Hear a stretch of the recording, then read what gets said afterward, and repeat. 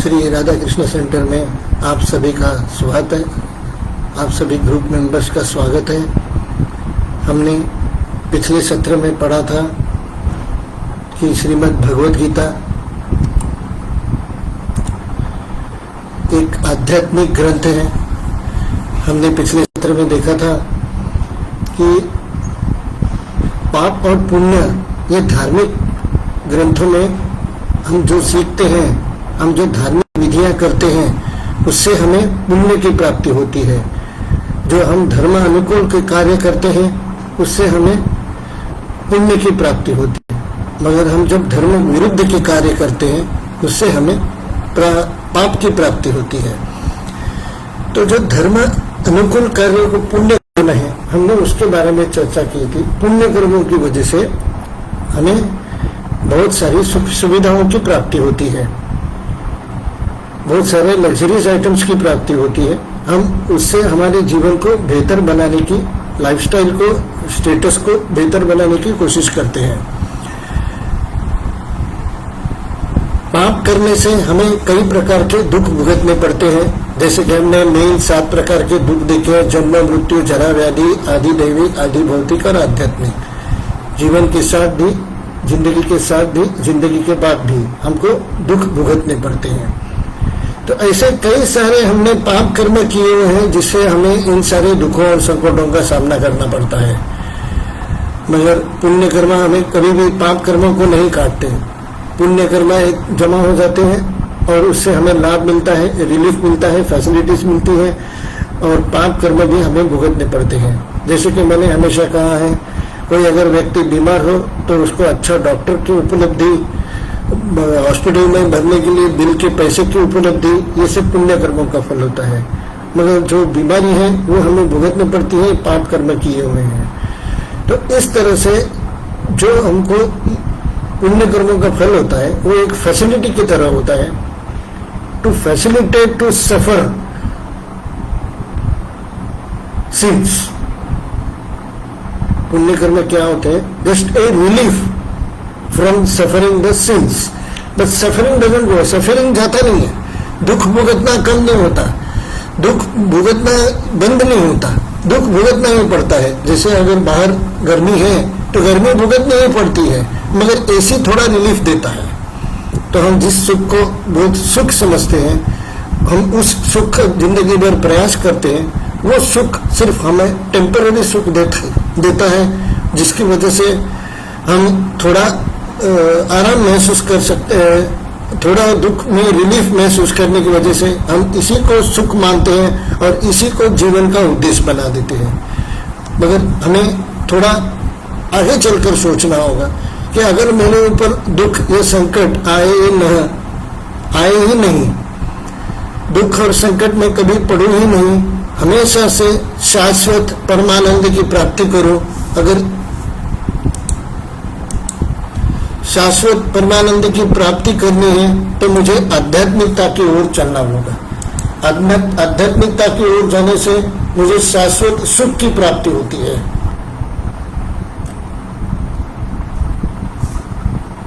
शाश्वत सुख की प्राप्ति करने से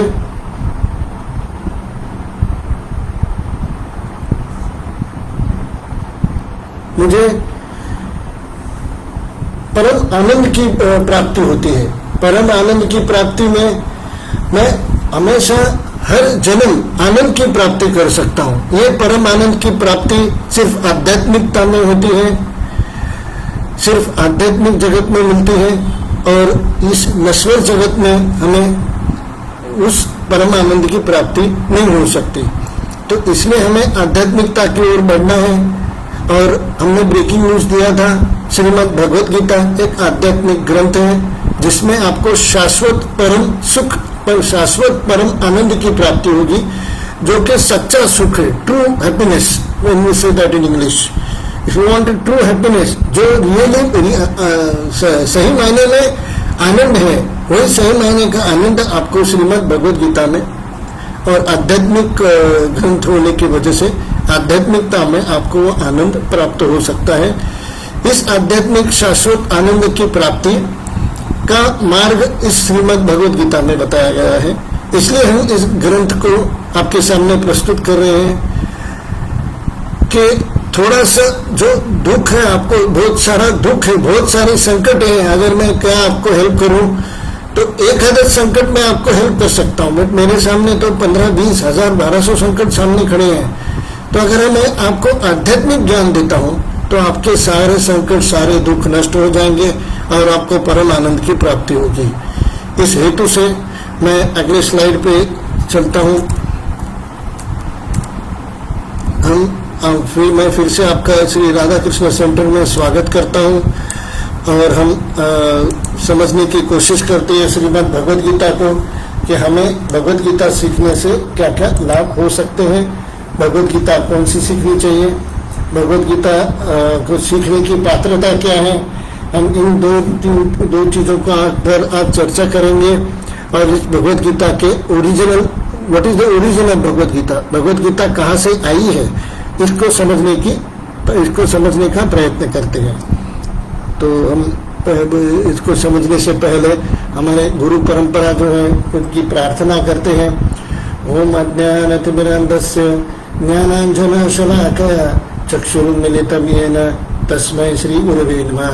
श्री चैतन्य मनोभीष्टं स्थापितं येन भूतले स्वयं रूप कदा मह्यं ददाति स्वपदान्तिकं।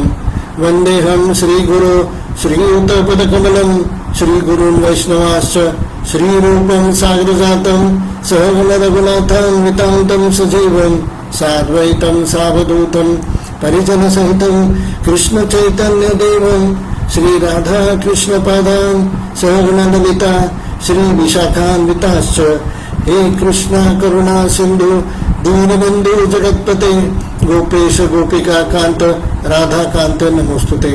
तप्त कांचन गौरांगी राधे वृंदावनेश्वरी वृषभानुसुते देवी प्रणमामि हरिप्रिये। वाञ्छाकल्पतरुभ्यश्च कृपा सिन्धुभ्येव च पतितानां पावनेभ्यो वैष्णवेभ्यो नमो नमः। जय श्री कृष्ण चैतन्य प्रभु नित्यानंद श्री अद्वैत गदाधर श्रीवासादि गौर भक्त वृंद। हरे कृष्ण कृष्ण कृष्ण हरे हरे, हरे राम राम राम हरे हरे।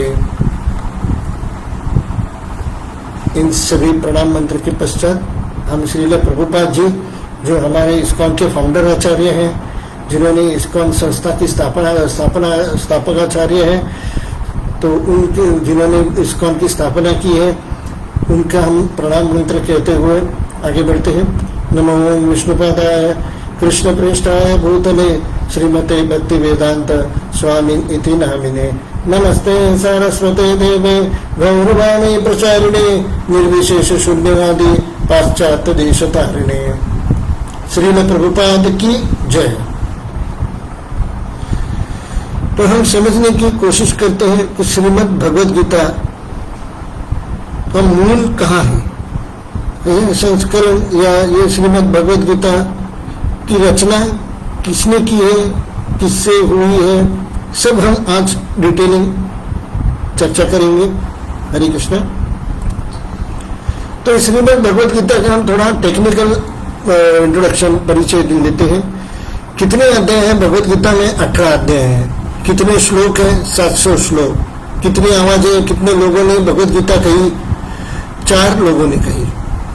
सबसे लंबा अध्याय कौन सा है? 18वां अध्याय 78 श्लोकों का लंबा है। सबसे छोटा अध्याय कौन सा है? 12वां और 15वां अध्याय खाली 20 श्लोकों का है। ये कब बोला गया है? लगभग 5120 साल पहले बोला गया है। ये किसने लिखा है? श्री व्यासदेव जी और भगवान गणेश ने लिखा है। किस शास्त्र का हिस्सा है? ये महाभारत का हिस्सा है। जो महाभारत में जो भीष्म पर्व है 23वें श्लोक से 40वें श्लोक तक श्रीमद् भगवद गीता है। इसे कौन पढ़ सकता है? सभी पढ़ सकते हैं। इसमें धर्म जाति का कोई भेद नहीं है। सभी व्यक्ति, जो भी एक मनुष्य जन्म है, एक मनुष्य है, वो पढ़ सकता है। इसे कौन समझ सकता है? जो इसे यथारूप समझने की कोशिश करता है। श्रीमद् भगवद गीता के बहुत सारे संस्करण हैं, मगर जैसे भगवद गीता भगवान ने बताई, जिस अर्थ से बताई, जिस संबंध में बताया, उसी को सही तरह से प्रस्तुत करने की वो भगवद गीता ही हमें पढ़नी चाहिए। हम इसके बारे में और चर्चा करेंगे पहले हमने देखेंगे कि किसने लिखा है। इसलिए इस भगवत गीता को रचना श्री व्यासदेव जी ने की है। व्यासदेव ने सिर्फ रचना की है, भगवत गीता कही है भगवान कृष्ण ने, ये भगवान कृष्ण की वाणी है। और जब श्री व्यासदेव जी ने ध्यान मार्ग से इस महाभारत की रचना की, महाभारत को रचना करने का विचार किया, तब ब्रह्मा जी ने उनको आज्ञा दी कि आप श्री महाभारत एक महाकाव्य है, उसकी रचना कीजिए। तब गणेश ने महाभारत का एक दिन वेदव्यास जी एक ऋषि हिमालय में ध्यान कर रहे थे, जब भगवान ब्रह्मा ने उन्हें महाभारत का महाकाव्य लिखने के लिए कहा। चूंकि व्यास ने पूरी लड़ाई देखी थी और सभी पात्रों को व्यक्तिगत रूप से जानते थे, इसलिए ये कहानी लिखने के लिए सबसे अच्छे व्यक्ति थे। वेदव्यास जी जानते थे कि महाभारत कोई साधारण कहानी नहीं है, ये जटिल और लंबा था, और इसलिए व्यास को उनकी मदद के लिए अविश्वसनीय रूप में शिक्षण किसी व्यक्ति की आवश्यकता थी। फिर व्यास की सर्वश्रेष्ठ लेखक की खोज शुरू हो गई। उन्होंने दूर दूर तक देखा और अचानक उन्हें आभास हुआ कि भगवान गणेश महाकाव्य लिखने में उनकी मदद कर सकते हैं। महाभारत महाकाव्य बहुत ही लंबा ग्रंथ था। ऋषि व्यास प्रस्ताव लेकर गणेश के पास पहुंचे और गणेश ने प्रस्ताव स्वीकार कर लिया, लेकिन एक शर्त पर। भगवान गणेश ने कहा कि वो महाकाव्य तभी लिखेंगे जब श्रील व्यासदेव उन्हें बिना रुके पूरी कहानी सुना सकेंगे। श्रील व्यासदेव भगवान गणेश की शर्त मान गए, लेकिन उनकी एक विपरीत शर्त भी थी।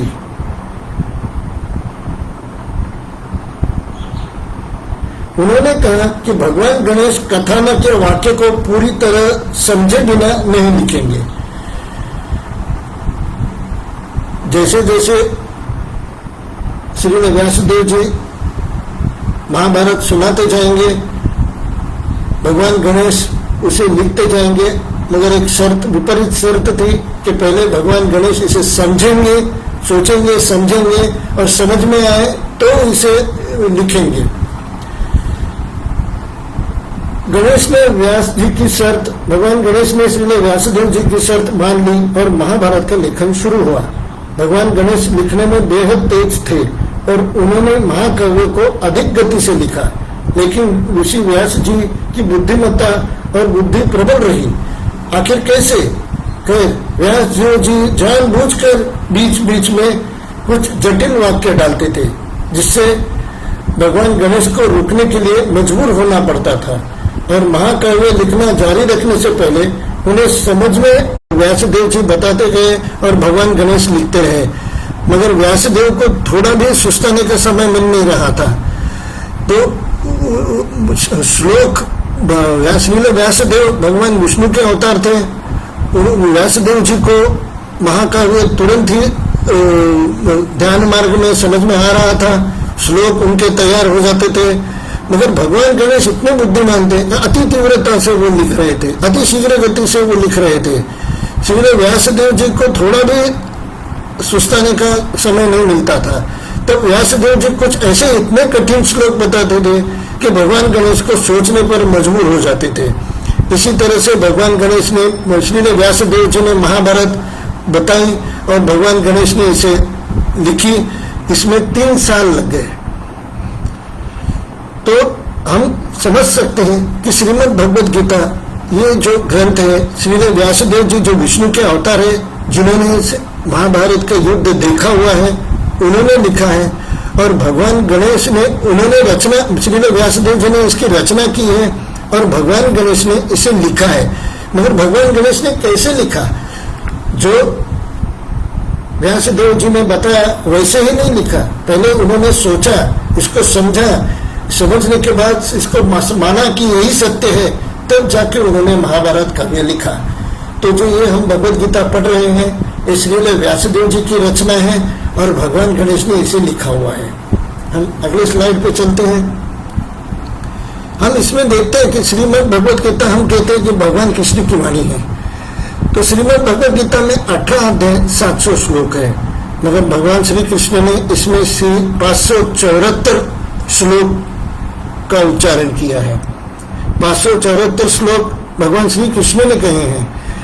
अब हमको ये समझ में आता है कि अगर हम भगवत गीता कहते हैं कि भगवत गीता में आपके सारे समस्याएं सॉल्व हो जाएंगे, सारे संकटों पर उपाय आपको प्राप्त हो जाएगा, तो क्यों उपाय हम प्राप्त हो जाएगा? क्या किसी व्यक्ति का उपाय है, क्या किसी ऋषि मुनि का उपाय है, या किसी अन्य व्यक्ति कोई फॉरेन राइटर का उपाय है? नहीं, ये जो उपाय भगवत गीता में दिए गए हैं ये भगवान कृष्ण ने दिए गए हैं, और इसमें 574 उपाय है कि ऐसा मार्ग बताया गया है कि सारे आपके दुखों पर, संकटों पर, आपको जिंदगी के बाद भी आपके उस संकटों और दुखों का आपका सामना नहीं करना पड़े और आपको परम आनंद की प्राप्ति हो। अर्जुन ने जो 84 श्लोक बताए हैं वो प्रश्न है, उसमें से ज्यादा श्लोक प्रश्न के हैं और भगवान कृष्ण ने उनके उत्तर दिए हैं। संजय ने 41 श्लोक बताए हैं, क्योंकि हम जानते हैं महाभारत में संजय को दिव्य दृष्टि दी गई थी जिससे वो युद्ध देख सके, और उस युद्ध का वर्णन करते हुए संजय ने 41 श्लोक कहे हैं, और धृतराष्ट्र ने केवल एक ही श्लोक कहा है। उनका एक ही श्लोक था कि मेरे पुत्र जीतेंगे कि नहीं। हम जैसे जैसे भगवत गीता में आगे चलकर और सत्र लेंगे वैसे आपको पता चलेगा कि इसमें क्या क्या है। उस ज्ञान को हम अगले स्लाइड में चलते हैं। तो हमें कौन सी भगवत गीता पढ़नी या सीखनी चाहिए? जैसे मैंने पहले बताया है कि श्रीमद् भगवत गीता के संस्करण बहुत सारे उपलब्ध हैं, बहुत सारे इंग्लिश राइटर उसमें भी श्रीमद् भगवत गीता का बारे में टिप्पणी की है। उन्होंने अपने अंडरस्टैंडिंग से श्रीमद् भगवत गीता की रचना की है। मगर हमें यह समझना चाहिए कि भगवत गीता का संस्करण या भगवत गीता की रचना कैसे हुई है। तो हम इसका ओरिजिन जानने की कोशिश करते हैं, इसके मूल को जानने की कोशिश करते हैं। भगवत गीता के 4थे अध्याय के पहले श्लोक में इसका वर्णन आता है। श्री भगवान उवाच इमं विवस्वते योगं प्रोक्तवान् अव्ययम् विवस्वानमनवे प्राह मनोर्इक्ष्वाकवे ब्रवीत्। हम श्लोक का उच्चारण पुनः करते हैं। इमं विवस्वते योगं प्रोक्तवान् अव्ययम् विवस्वानमनवे प्राह मनोर्इक्ष्वाकवे ब्रवीत्। भगवत गीता एक गीत है, तो उसे गाना चाहिए। तो हम श्लोक हमेशा पठन करते हुए पठन नहीं करते बट उसे गाते हैं। भगवान श्री कृष्ण ने कहा, मैंने इस अमर योग विद्या का उपदेश सूर्यदेव विवस्वान को दिया, और विवस्वान ने मनुष्यों के पिता मनु को उपदेश दिया, और मनु ने इसका उपदेश इक्ष्वाकु को दिया। तो हम इस श्लोक को और अच्छी तरह से समझने की कोशिश करते हैं। भगवान वाच, इसका अनुवाद इस डिवाइन ग्रेस भक्तिवेदांत स्वामी श्रील प्रभुपाद की जय के द्वारा किया गया है। भगवान श्री कृष्ण ने कहा, इमं विवस्वते योगम, मैंने सूर्यदेव को ये योग विद्या प्रोक्तवानम उपदेश दिया। बट वो कैसा उपदेश था? वो अमर उपदेश था। अव्यय, अमर। वो अमर उपदेश इसलिए है कि आपको वो बनने के उपरांत भी काम आता है।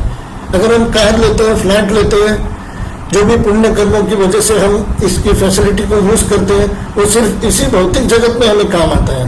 और ये अमर है, ये भौतिक जगत के परे भी काम आता है। और ये शाश्वत सुख, हम जिसे कहते हैं शाश्वत आनंद कहते हैं, तो ये बात यहाँ पर साबित हो जाती है कि शाश्वत परमानंद की प्राप्ति होती है। विवस्वान ने मनु से कहा, विवस्वानम मनवे प्राह, मनु ने राजा इक्ष्वाकु से कहा, मनोर इक्ष्वाकवे ब्रवीत। तो इस तरह से ये श्रीमद् भगवत गीता हम देखेंगे आगे किसने किससे कहा है। अगले स्लाइड में ये क्लियर हो जाएगा। भगवान कृष्ण ने इसे सूर्यदेव के देवता विवस्वान को कहा था, और विवस्वान ने इसे मनुष्यों के पिता मनु से कही थी, और मनु ने इसे इक्ष्वाकु, जो कि श्री राम के पूर्वज हैं, इक्ष्वाकु रघुकुल के पूर्वज हैं, उनको बताई थी। तो ये भगवत गीता भगवान कृष्ण से जो आई है वो इसी तरह से देवताओं के थ्रू हमारे पास आई है।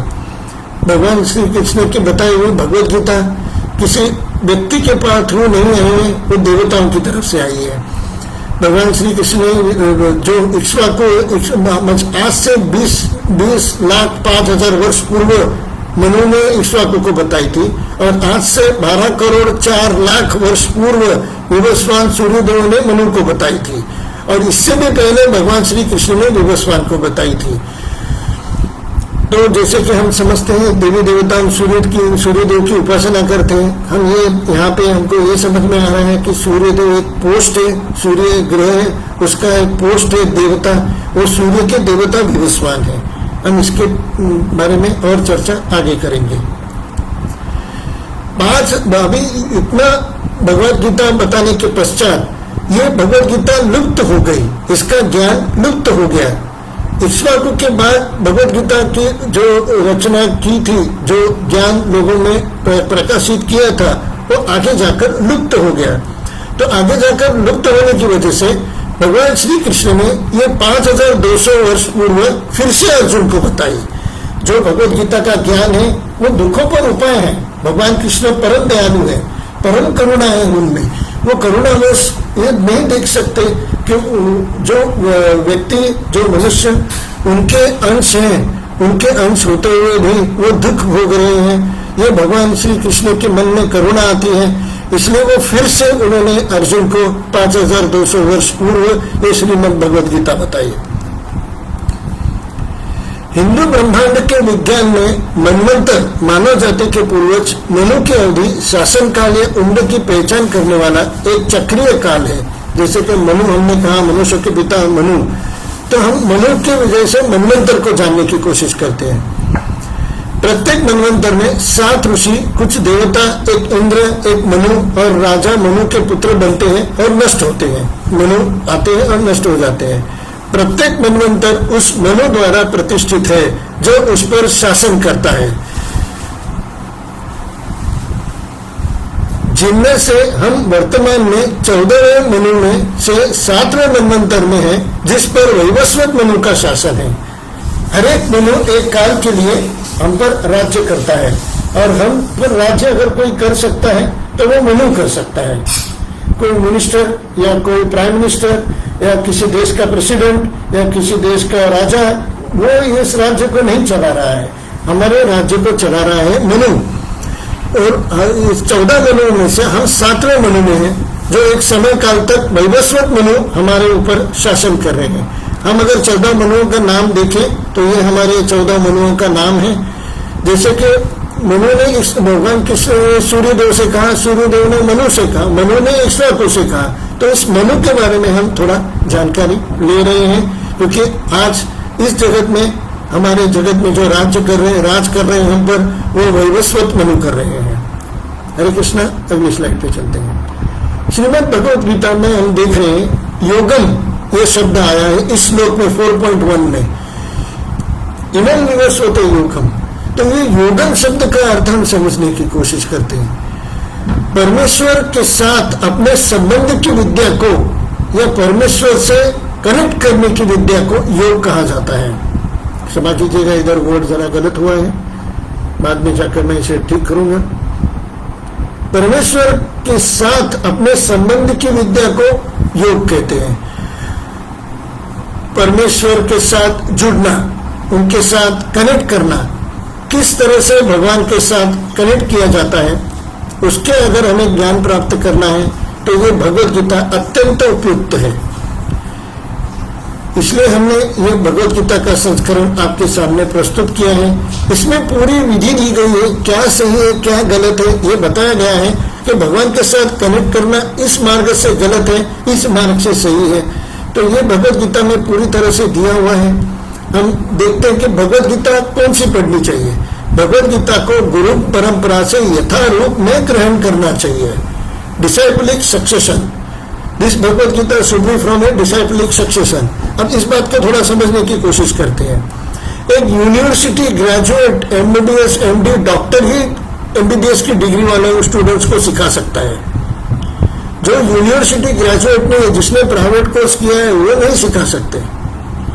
किसी ने डॉक्टर की बुक पढ़ के मैं दूसरे को डॉक्टर बना नहीं सकता।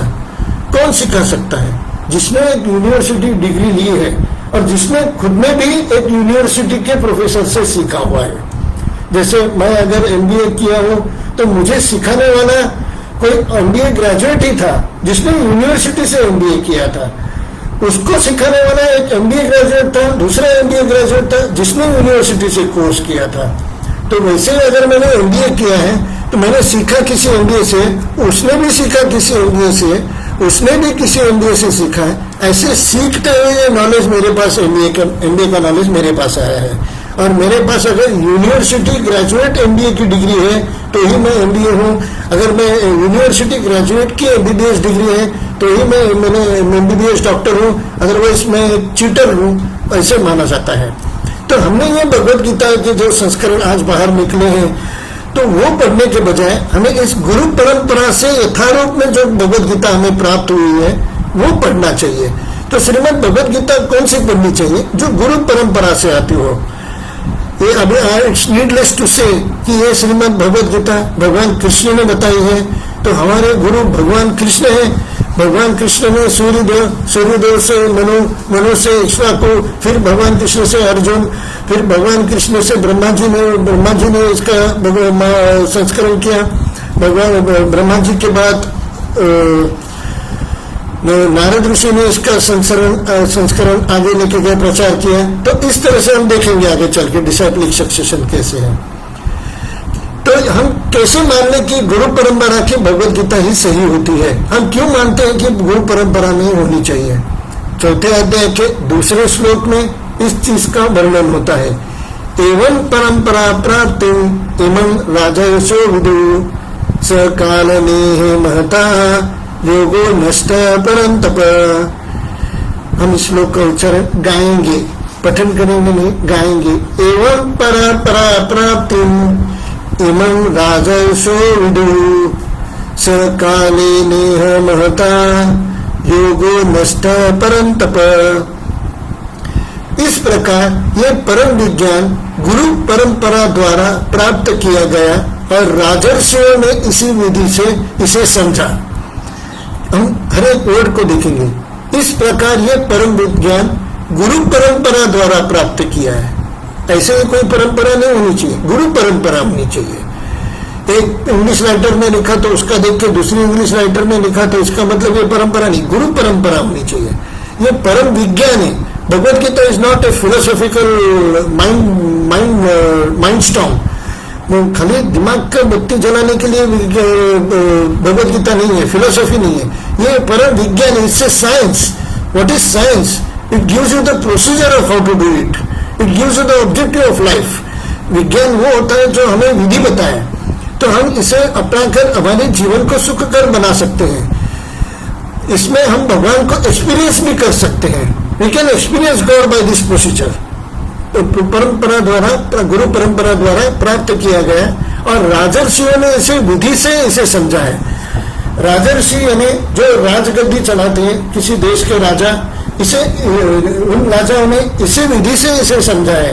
एक्चुअली देश के राजाओं ने ये भगवद गीता ज्यादा करके समझनी चाहिए, ताकि जो देश पर राज कर रहे हैं, जो किसी राज्य पर राज कर रहे हैं, वो समझ सके कि कैसे राज्य करना चाहिए। किंतु कालक्रम में, जैसे मैंने आपको पहले बताया, किंतु कालक्रम में यह परंपरा छिन्न हो गई। अतः ये विज्ञान यथारूप में लुप्त हो गया लगता है। इसलिए ये पुनः भगवद गीता भगवान कृष्ण ने अर्जुन को बताई। जैसे कि मैंने थोड़ी देर पहले कहा है कि भगवान कृष्ण ने अर्जुन को भगवद गीता 5200 साल के पहले फिर से क्यों बताई थी? इसलिए बताई थी क्योंकि वो छिन्न हो गई। अतः ये विज्ञान यथारूप में लुप्त हो गया लगता है। इसलिए उन्होंने फिर से ये श्रीमद् भगवद गीता का ज्ञान अर्जुन को दिया। तो हमें यहाँ इस श्लोक से मालूम पड़ता है कि एवं परंपरा प्राप्ति इमं राजर्षियो विदु। कैसे राजाओं ने सीखा था, कैसे देवी देवताओं ने सीखा था, एवं परंपरा प्राप्ति। तो हमें कैसे भगवद गीता सीखनी चाहिए? श्रीमद् भगवद गीता कौन सी सीखनी चाहिए? जो परंपरा प्राप्त भगवद गीता है उसी को हमें सीखना चाहिए। आगे चलते हैं। देखिए इस श्लोक का अच्छी तरह से हम समझने की कोशिश करेंगे। एवं परंपरा प्राप्ति इमं, इस प्रकार गुरु परंपरा से प्राप्त इस विज्ञान को राजर्षियो विदु, साधु राजाओं ने जाना। साधु ने भी जानना चाहिए और राजाओं ने भी जानना चाहिए। स काल महता योगो नष्ट, कालक्रम में इस संसार में ये महान योग हे शत्रुओं को दमन करने वाले अर्जुन, परम तप का अर्जुन को कहा है। परम तप का मतलब है, ये नाम उनको इसलिए दिए गए हैं, हे शत्रुओं को दमन करने वाले अर्जुन। तो अर्जुन एक क्षत्रिय था, उसे युद्ध करना अनिवार्य था। हम इस भगवत गीता के बारे में और आगे चर्चा करेंगे। तो हमें कौन सी भगवत गीता पढ़नी चाहिए, अगर इस पॉइंट पर अगर हम फोकस करेंगे तो एवं परंपरा प्राप्ति। अभी ये जो भगवत गीता का संस्करण है हमारे पास, जो श्रील प्रभुपाद जी के Bhagavad Gita as it is, जैसे भगवान ने बताई है वैसे यथारूप, जो जैसे भगवान ने बताई है उस तरह से, जैसी आए तैसी मराठी में जैसे भगवान ने बताई है वैसे पूरी भगवत गीता का हम अगर समझने की कोशिश करेंगे, अगर हमको सही तरीके से भगवत गीता को समझने की कोशिश करनी चाहिए, तो अगर हमको वो भगवत गीता पढ़नी चाहिए जो गुरु परंपरा से प्राप्त है। तो श्रील प्रभुपाद जी ने जो भगवत गीता निकाली है, इसका संस्करण निकाला हुआ, एडिशन निकाला हुआ है, क्या वो गुरु परंपरा में आता है? हम आगे देखते हैं। ये देखिए, हमारे पास गुरु परंपरा है, 4 प्रकार के संप्रदाय होते हैं, ब्रह्म संप्रदाय, श्री संप्रदाय, रुद्र संप्रदाय और कुमार संप्रदाय। ये सारे वैष्णव संप्रदाय हैं, जिसकी वजह से हम आध्यात्मिक ज्ञान लेते हुए भगवान कृष्ण की प्राप्ति कर सकते हैं। तो इसमें हम ब्रह्म संप्रदाय में आते हैं। ब्रह्म संप्रदाय के जो भगवान है, भगवान ब्रह्मा है, फिर उनके शिष्य नारद मुनि हैं, उनके शिष्य मध्वाचार्य हैं, मध्वाचार्य से चैतन्य महाप्रभु से आगे शिष्य भक्ति विनोद ठाकुर के शिष्य भक्ति सिद्धांत सरस्वती ठाकुर, और भक्ति सिद्धांत सरस्वती ठाकुर के शिष्य श्रील प्रभुपाद जी। एवं परंपरा प्राप्ति, भगवान कृष्ण हमारे मेन गुरु है, और उन गुरु से आए हुए ये जो आध्यात्मिक ज्ञान है, ये आध्यात्मिक ज्ञान हमको श्रील प्रभुपाद जी ने एवं परंपरा से दिया गया ज्ञान है। इसमें हम कहते हैं ब्रह्म मध्व गौड़ीय संप्रदाय, दिस हरे कृष्ण मूवमेंट जो है ये ब्रह्म मध्व गौड़ीय संप्रदाय में बिलोंग करता है। जैसे इधर श्लोक लिखा हुआ है, श्रीमद् भगवद गीता 4.2 रिकमेंड्स एवं परंपरा प्राप्त एवं राजर्षि विदु। According to that this Bhagavad Gita is from a disciplic succession, एक परंपरा प्राप्त भगवद गीता है। तो अगर आपके मन में कोई शंका में यही भगवद गीता क्यों पढ़ूं, तो इसलिए मैंने ये रेफरेंसेस दिए हैं। ये रेफरेंसेस श्रीमद् भगवद गीता में भगवान कृष्ण की वाणी में जो बताया गया है वही मैंने आपको दिया है, कुछ अलग मेरे मन की बात नहीं है। तो ये 4 संप्रदाय हम समझने की आगे कोशिश करेंगे। चौथे पॉइंट, तीसरे अध्याय में स एवायम मया तेद्य, चौथे अध्याय के 3रे श्लोक में स एवायम मया तेद्य योग प्रोक्त पुरातन भक्तोस्मि में सखा चेती रहस्य एदोत्तमम। हम देखते हैं कि शिष्य की पात्रता क्या है। अभी हमने देखा कि कौन सी भगवत गीता पढ़नी चाहिए, अभी हम देखेंगे कि भगवत गीता किसने पढ़नी चाहिए। अगर भगवत गीता समझने की कोशिश कर रहे हैं तो हमें शिष्य पहले बनना चाहिए। जो गुरु से हम भगवत गीता का ग्रहण करते हैं तो हमें पहले शिष्य बनना चाहिए, और जो हमें सिखा रहा है वो हमारे गुरु होते हैं। तो गुरु शिष्य परंपरा है ये। तो जो हमने अभी देखा कि भगवत गीता की कौन सी पढ़नी चाहिए, भगवत गीता की पात्रता कैसे होती है, गुरु परंपरा से आई हुई भगवत गीता ही हमें ग्रहण करनी चाहिए। तो हम देखेंगे शिष्य की पात्रता क्या है। चौथे अध्याय के 3रे श्लोक में इस शिष्य की पात्रता के संबंध में श्लोक आता है, स एवायम मया तेद्य योग प्रोक्त पुरातन भक्तोस्मि में सखा चेती रहस्यम यतोत्तमम।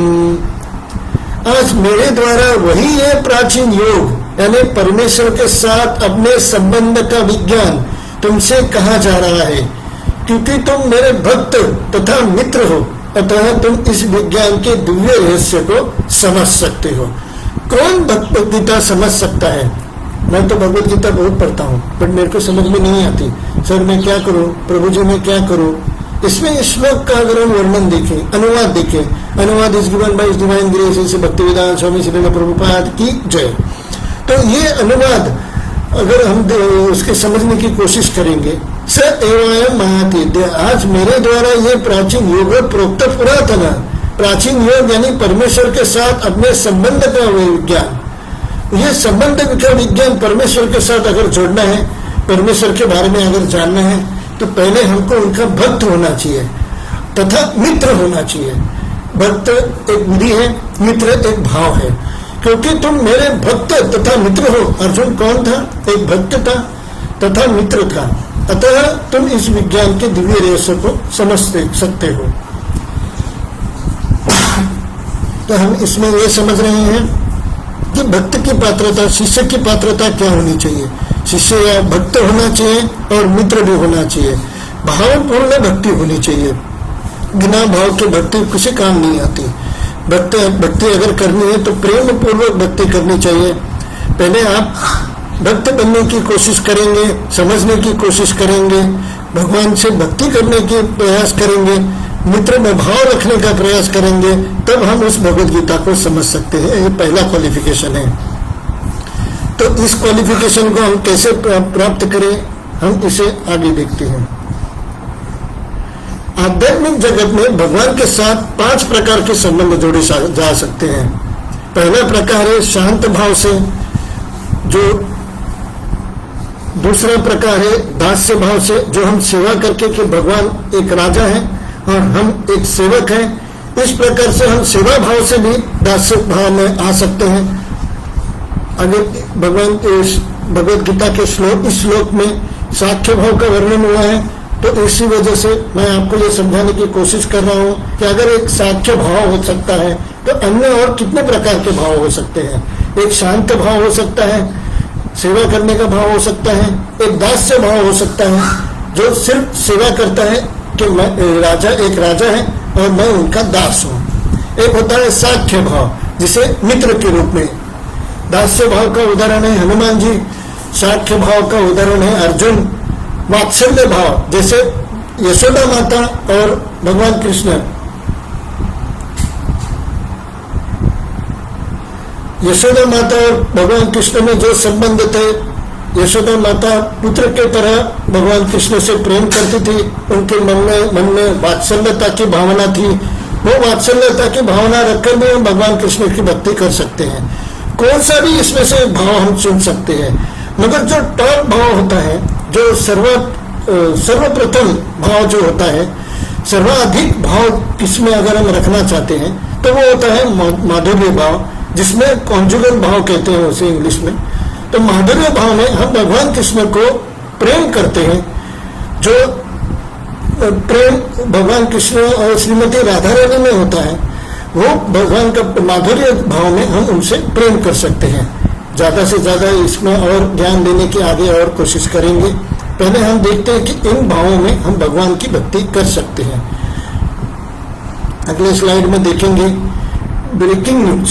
अभी ये ब्रेकिंग न्यूज इसमें क्या आता है? पहले तो हमने देखा है साख्य भाव। साख्य भाव में मित्र बार बार हमें याद आती है। जब भी कोई हमें उन पर संकट आता है, दुख आता है, तो हम उसे एक मित्र के साथ शेयर करते हैं। और भक्त कैसे होता है? भक्ति करने से भक्त होता है। भाव कैसे होना चाहिए? मित्रता का भाव। या तो मैंने जो 5 भाव आपको बताए हैं, उसमें से एक भाव आपका होना चाहिए। दूसरा क्या करना चाहिए? भक्ति करना चाहिए। अब भाव और भक्ति कैसे करनी चाहिए? ये वेरी सिंपल है। आप हरे कृष्ण महामंत्र के चैंटिंग कीजिए। चैंटिंग करने से भाव प्रेम पूर्वक अगर आप चैंटिंग करेंगे, तो आप साख्य भाव और मित्र बन जाते हैं। साख्य भाव में या किसी भाव और भक्त दोनों बन जाते हैं। तो भावपूर्वक भक्ति अगर कहते हैं तो कैसे करनी चाहिए? ये हरे कृष्ण महामंत्र जो है, वो महामंत्र का उच्चारण करने से, चैंटिंग करने से, जाप करने से हम भगवान कृष्ण के भाव भी कंप्लीट होता है, वो क्वालिफिकेशन भी कंप्लीट होता है, और भक्त वो क्वालिफिकेशन भी कंप्लीट होता है। तो हमें भक्त बनकर भावपूर्ण इसका जप करना चाहिए, बार बार इसका चैंटिंग करना चाहिए। मैं एक दीक्षित भक्त होने के कारण मिनिमम जब 16 राउंड से आप एक माला भी कर सकते हैं। इस राउंड की चैंटिंग कैसे करनी है मैं इस विधि को बताऊंगा। पहले आपने एक माला लेनी चाहिए और मेरू मणि से इसका जप शुरू करना चाहिए। मेरू मणि में इसमें जय श्री कृष्ण चैतन्य प्रभु नित्यानंद श्री अद्वैत गदाधर श्रीवासादि गौर भक्तवृंद, जो कि दूसरे स्लाइड में मैंने तीसरे स्लाइड में आपको ये बताया है, वो आप लिख सकते हैं, वीडियो पुनः देख सकते हैं। उस महामंत्र को आपको मेरू मणि में, जो पहले बड़ा मणि होता है उसमें ये जप करना चाहिए। फिर अगले मणि से इस मंत्र का उच्चारण करना चाहिए, हरे कृष्ण कृष्ण कृष्ण हरे हरे, हरे राम राम राम हरे हरे। इस मंत्र का चैंटिंग करना चाहिए। अगले मणि से फिर मेरू मणि तक चैंटिंग करना चाहिए। जब एक माला कंप्लीट हो जाती है तो उस माला को उल्टा करना चाहिए। फिर से मेरू मणि पे जय श्री कृष्ण चैतन्य प्रभु नित्यानंद श्री अद्वैत गदाधर श्रीवासादि गौर भक्तवृंद, इस मंत्र का चैंटिंग करना चाहिए। इस मंत्र का एक जाप उस मेरू मणि पे ही करना चाहिए। उसके पश्चात अगले मणि से 108 मणियां हैं, 108 मणि की माला होनी चाहिए। उस पर हरे कृष्ण कृष्ण कृष्ण हरे हरे, हरे राम राम राम हरे हरे, एक माला पूरी करनी चाहिए। अब मैं ये ब्रेकिंग न्यूज आपको बताने बड़े ही आवश्यक समझता हूँ कि हरे कृष्ण महामंत्र भगवान कृष्ण का आध्यात्मिक जप है। भगवान कृष्ण का कोई भी जप, कोई भी कार्य आध्यात्मिक ही है, इसलिए हम भगवान कृष्ण की दी हुई भगवद गीता का समझने की कोशिश करते हैं। अब मैंने आपको बताया है कि आध्यात्मिकता में क्या होता है, परम सुख, परम आनंद, शाश्वत परम आनंद की प्राप्ति। आपके सारे पाप नष्ट हो जाएंगे। आपके दुख और संकटों का सामना अगर करना भी पड़ा तो एकदम मामूली से 1 करोड़ रुपए के लॉस के बजाय सिर्फ 1000 रुपया मेरा लॉस हो गया। इतना मामूली सा आपको अगर दुख आया भी तो भी मामूली सा आता है, मगर अगर कोई बड़ा दुख नहीं आता है, छोटे दुख तो हमारे सामने से आके निकल जाते हैं। दुख और संकट से हमें पूरी तरह से हम बाहर निकल जाते हैं। और क्या कहिए, जो कर्म का बंधन होता है, जन्म मृत्यु जरा व्याधि और पाप, जो पाप हमें लगते हैं जिसकी वजह से हमें इस बंधन में पड़ते हैं और इन संकटों का और दुखों का हमें सामना करना पड़ता है, उस सारे संकटों और दुखों से हम निजात पाते हैं। सारे दुखों और संकटों से हम बाहर हो जाते हैं, सारे बंधनों से मुक्त हो जाते हैं। मुक्ति का मतलब ही क्या है? दुख और संकट से भी अगर हम मुक्त हो गए तो इससे बड़ी बात क्या हो सकती है?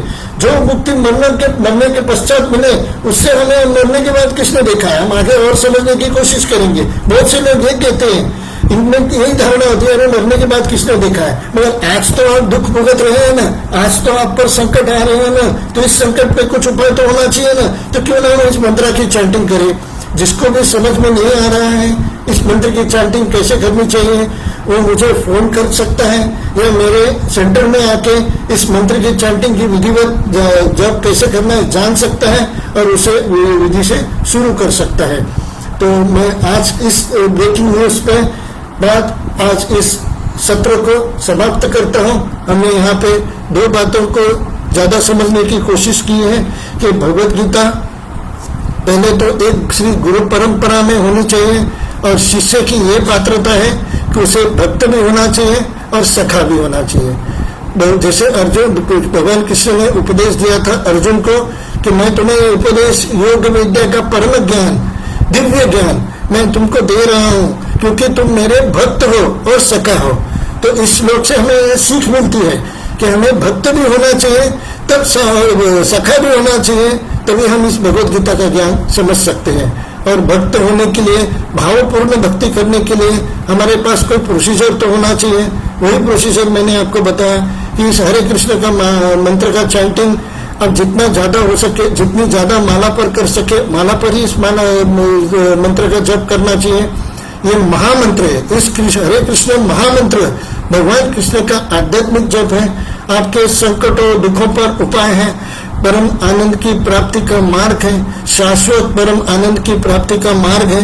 कुछ भी अगर करना है तो उसमें आपको मेहनत तो करनी पड़ेगी। तो क्यों ना ऐसी मेहनत की जाए जिससे शाश्वत परम सुख की प्राप्ति हो, शाश्वत परम आनंद की प्राप्ति हो, न कि 2 मिनट के सुख के लिए, न कि 10 मिनट के सुख के लिए। जो गुलाब जामुन खाने को हमको 3 सेकंड, 4 सेकंड, 10 सेकंड लगते हैं, अगर ये मंत्रों का जाप करें तो हमें परम आनंद की प्राप्ति होती है। यही कहकर मैं आज का संस्करण यही समाप्त करता हूँ। हम एक नरसिंह भगवान का मंत्र कहेंगे, इस वजह से अगर हम पर कोई संकट आ रहा है तो वो भी दूर हो सकता है। भगवत गीता सीखने में, समझने में भी कोई संकट आ रहा है, मेरे पास टाइम नहीं है, मैं बीमार था, मेरे पास वीडियो देखने का टाइम नहीं मिला, ये अगर कुछ हमारे पास उपाय है, नहीं मैं सेंटर में आ नहीं सकता, ये मेरे पास कारण है, तो सारे कारणों पर एक ही उपाय है, एक महामंत्र का जाप। और महामंत्र का जाप पूरे होने के बाद अगर एक बार हम ये प्रार्थना करें, भगवान नरसिंह भगवान की आरती होती है, तो आरती करने के लिए हमारे पास इस संस्करण में इतना समय नहीं होता, तो हम एक मंत्र का जाप करते हुए इस सत्र को समाप्त करते हैं। उग्रम वीरम महाविष्णुम ज्वलंतं सर्वतोमुखम नरसिंहं भीषणं भद्रं मृत्युर्मृत्युर्नमाम्यहम्। उग्रं वीरं महाविष्णुं ज्वलंतं सर्वतोमुखं नरसिंहं भीषणं भद्रं मृत्युर्मृत्युर्नमाम्यहम्। उग्रं वीरं महाविष्णुं ज्वलंतं सर्वतोमुखं नरसिंहं भीषणं भद्रं मृत्युर्मृत्युर्नमाम्यहम्। जय नरसिंह, श्री नरसिंह, जय जय श्री नरसिंह। प्रह्लादेश जय पद्मा, मुख पद्मा भृंगा। हरे कृष्ण कृष्ण कृष्ण हरे हरे, हरे राम राम राम हरे हरे। और भी कुछ आपकी कठिनाइयां हैं, आपकी भगवत गीता समझने में, और कुछ स्लाइड्स में आपको प्रॉब्लम आता है, समझने में कठिन पड़ रहा है, तो आप मुझे फोन कर सकते हैं, आप मेरे सेंटर में आ सकते हैं, 1-to-1 में सीख सकते हैं, ऑनलाइन गूगल मीट में भी मुझे ज्वाइन कर सकते हैं, चैट में ज्वाइन कर सकते हैं और प्रॉब्लम्स आप पूछ सकते हैं। मेरा नंबर जैसे कि मैंने पहले स्लाइड में बताया था 9049020078, और इसे कहते हुए मैं इस सत्र की समाप्ति करता हूँ। हरे कृष्णा। श्रील प्रभुपाद की जय।